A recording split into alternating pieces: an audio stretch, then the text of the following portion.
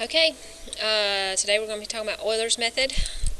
Euler's method is a method to approximate different values of x by creating little tangent lines. Typically they give you the derivative. They'll give you like dy dx equals something. Sometimes they say y prime. In this particular equation, they said y prime.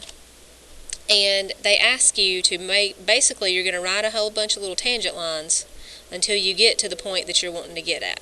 And the time step tells you essentially how many little lines you're going to draw.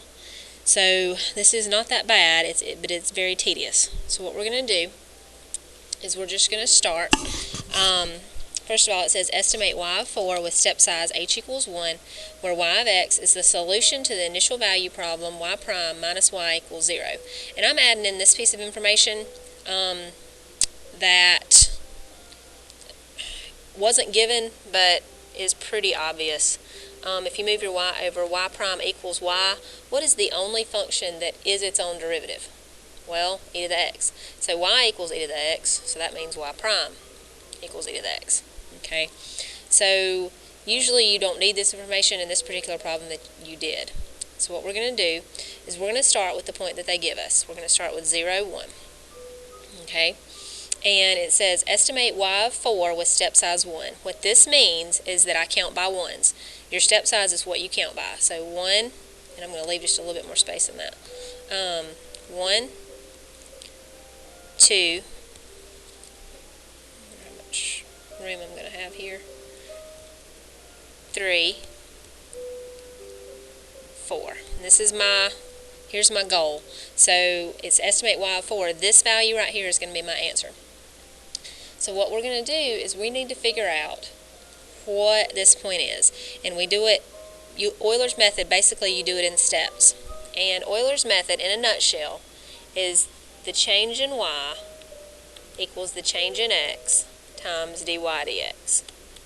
Which should make sense, because if you think about it, if you cancel out change in x and dx, those are the same, then the change in y equals dy. And that's how I remember it. Because I can't remember this. This is the definition of Euler's method. I call him Euler. His name's really Euler, but I like to call him Euler. Anyway, this is Euler's method. This is saying the exact same thing as I just said here, but this is an easier way to remember it. So what we're going to do is we're going to start with, from here to here, what's the change in x? What are you adding? You're adding 1. So your change in x equals 1.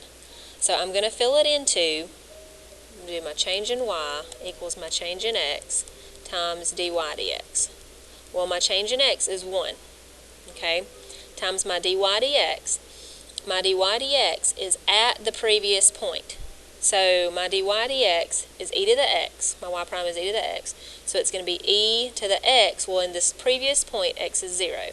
So it's going to be 1 times e to the 0, which is 1. That's my change in y, so I'm going to add this value here. So it's going to get 2. Okay, so I'm going to do it again. The change in y equals the change in x. Every single time it's 1. Okay, this number stays the same all the way down. Times dy dx. It's at dy dx at the previous point, at this point right here. So it's going to be e to the 1. This number is going to come from here. This number is going to come from here. Okay, should have changed colors. Oh well. So 1 times e to the 1, that is 2.71828. So we're just going to say plus 2.71828. For some reason, you usually go out more on Euler. The final answer is always 3 decimal places, but you don't round so much in the middle. Okay? Because e times 1 is 2.71828. So now we're going to do it again. Okay? The change in x, 1, times e to my x value from my previous... Oh, wait, I haven't got it yet. Sorry about that. That's 4.71828. Okay. So from my previous point. So this is for this point right here. So 2. 1 times e squared is e squared. You're going to add in I'm just going to put e squared. I did this on my calculator, and I got 12.1073. Okay, and I'm going to do it again. My change in x times my dy dx. Well, it's going to be from this point, so it's 3. 1 times e cubed is e cubed, so I'm going to add e cubed, and I'm going to get 32.1929. Okay, I'm going to stop this video here, and we're going to pick up with example 2. I know, my answer is this. I know that that's kind of like, what the heck is she doing? But just watch the next one, and let's do it again. It's going to take a few times before you're going to really figure out what exactly is going on.